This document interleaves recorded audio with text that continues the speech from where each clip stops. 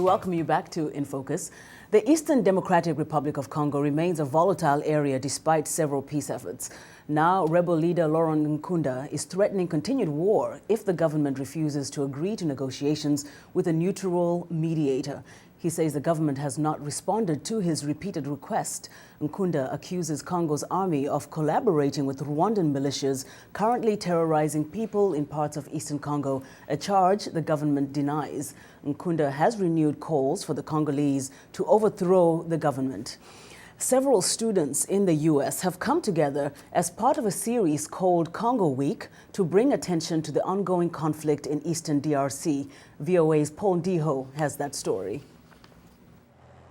Eastern Congo is still plagued by violence between rebels and government troops, even after holding elections in 2006.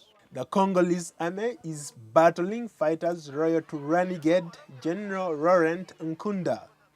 Human rights groups blame both sides for committing gross human rights abuses against civilians, including mass rapes and murders.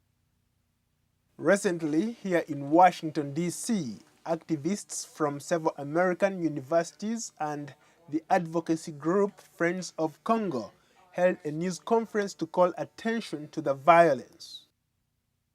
They are using this month to lobby the U.S. Congress to help rescue the people of Eastern Congo. Margot Bukang is one of the student coordinators. She is a Congolese and a grad student at American University in Washington. As a young Congolese woman, the ongoing civil war in Eastern Congo and the sexual violence of girls and women in Kivos are deeply personal and painful. The current violence against these women is a violation of African womanhood and our culture. Thus, it is imperative that the conflict end. Rebel forces control wide areas of eastern Congo. The region is rich in gold, minerals used in tin and mobile phones. Human rights groups complain that the money earned from mining and trading these natural resources fuel the conflict. Laurent Nkunda signed a peace agreement with the government earlier this year, but heavy fighting erupted in August. Another Congolese university student in the United States told the press conference that Congo has gone through tremendous struggles since foreign armies from Uganda and Rwanda first invaded their country in 1996. Kambali Masavuli is an engineering student at North Carolina Agriculture and Technology State University. Nearly 6 million people have died. Half of those deaths are children 5 years old or younger.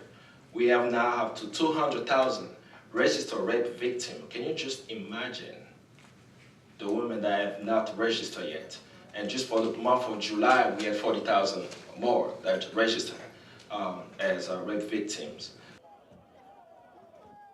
The students say that fighting in the Congo will end only when the media and the international community focus more attention on the crisis. They say that only then will the people of the region be able to live in peace. Ndiho, VOA News. Chioma Orul, a student at Howard University here in Washington, is among those trying to bring attention to the conflict in eastern DRC during Congo Week. She tells why to VOA's Ndiho. Friends of the Congo, an amazing organization that I had linked up with earlier in this year, had presented Maurice Carney, who was a representative of the organization, had done a presentation on the Congo and had mentioned the 6 million people that had died since 1996. And from there, I had been involved with Resist AFRICOM, the new military program that's coming into Africa. So it's a natural transition into understanding how militarism has affected African people, and then looking at the Congo specifically and knowing that they have done an amazing job of organizing students across this country with that message of 6 million people dying since 1996 and counting, and what are the factors that contribute to that, and what we can do, and what it's all about. So it's raising awareness and breaking the silence around this issue, that how can we be silent? with 6 million people dying. What do you hope to accomplish at the end of this week?